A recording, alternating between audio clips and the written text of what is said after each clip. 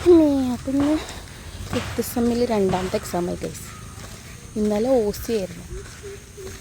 പഠിക്കാത്തതൊക്കെ കണ്ട് ചോദിച്ചു. പഠിച്ചത് ഒരെണ്ണമൊക്കെ ഒന്ന് വന്നു. നമ്മളെന്താ ചെയ്യുക? സിലബസ് ഒരു കടല് പോലെ ഉണ്ട്.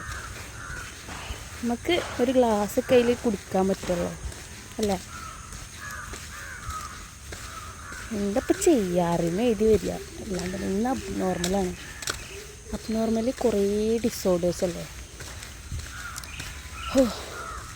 DSM criteria, causal factors, treatment. ഒരു ഡിസോർഡർ പഠിച്ച് അടുത്ത് പഠിക്കുമ്പോൾ നമുക്ക് തോന്നും മറ്റേ ഡിസോർഡർ എനിക്കുണ്ടോയെന്ന്. അങ്ങനത്തെ ഒക്കെ ഒരു സാധനങ്ങൾ. സാധാരണ BA BSCക്കാർക്ക് ഉച്ചയ്ക്ക് ശേഷമാണ് എക്സാം ഉണ്ടാകാറ്. ഇന്നലെ നമുക്ക് OC ഉച്ചയ്ക്ക് ശേഷം ഉണ്ടാവും. പക്ഷേ ഇന്ന് രാവിലെയാണ് എക്സാം. പക്ഷേ ഈ ഉച്ചയ്ക്ക് ശേഷം 4 സെമ്മ് ഉച്ചയ്ക്ക് ശേഷം എഴുതിയിട്ട് ഒരു ഹാബിറ്റ് ഫോർമേഷൻ ഉണ്ടായതുകൊണ്ട് രാവിലെ എണീച്ച് പഠിക്കുന്ന ഒരു സാധനമുണ്ട് എനിക്ക്. പക്ഷേ ഇന്നലെ ഉച്ചയ്ക്ക് എക്സാം കഴിഞ്ഞ് വന്ന് കിടന്നുറങ്ങി ഇന്ന് രാവിലെ എണീച്ചിട്ട് നോക്കാനുള്ള നേരം കിട്ടിയില്ല. അപ്പോൾ അത് ബസ് സ്റ്റോപ്പിലേക്ക് നടന്നുകൊണ്ടിരിക്കുന്നു. മുന്നേ പഠിച്ചിട്ടുണ്ട്, പക്ഷേ ഇവിടേക്കും ഒരു പുകമയം. എന്താവുമെന്ന് പരീക്ഷ കഴിഞ്ഞിട്ട് അറിയാം ഗൈസ്. എനിക്ക് തോന്നണ ഇതിൽ മൂഞ്ചെന്നാണ്. ഇപ്പം ഞാൻ വിചാരിക്കും ഞാൻ വെറുതെ ഷോ വർക്കാണ്. ചെറിയ സ്ഥലത്ത് വരുമ്പോൾ നിങ്ങൾക്ക് കാണാമല്ലോ. അപ്പോൾ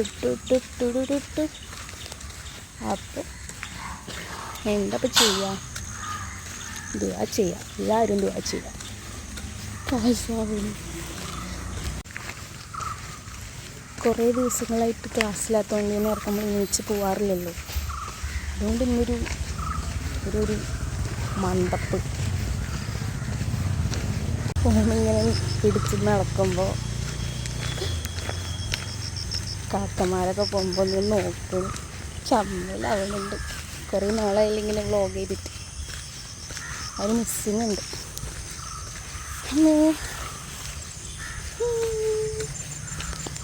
ഇനി നിങ്ങൾക്ക് ഇതിലുണ്ടായ ട്വിസ്റ്റ് അറിയണ്ടേ?